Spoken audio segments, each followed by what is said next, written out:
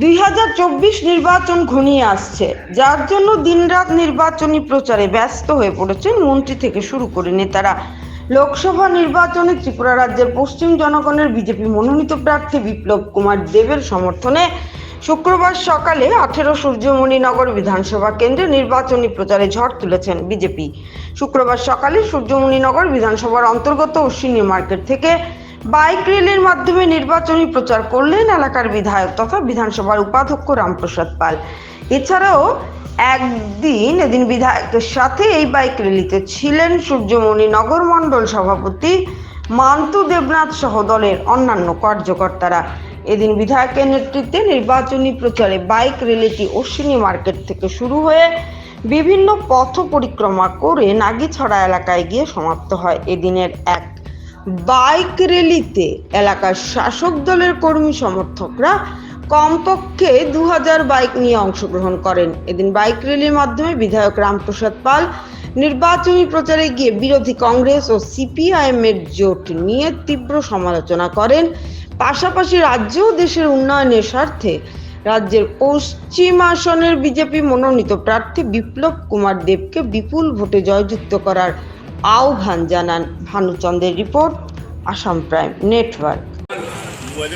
নমস্কার, আমার শুভেচ্ছা।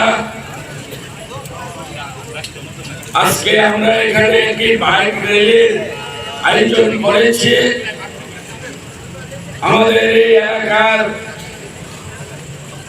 যুব সমাজকে নিয়ে এই 2024 যে লোকসভা নির্বাচন, এই নির্বাচনের প্রচারের অঙ্গ হিসেবে আজ আমরা আমাদের এই বিধানসভা জনগণের কাছে এই প্রচার করব যে আগামী 19 এপ্রিল যে নির্বাচন হবে, সেই নির্বাচনে আমাদের ভারতীয় জনতা পার্টির যে প্রতীক পদ্মফুল চিহ্নে, সেই পদ্মফুল চিহ্নে সবাই ভোট দেওয়ার জন্য আমরা এই প্রচার থেকে সবাই আওয়াজ উঠাবো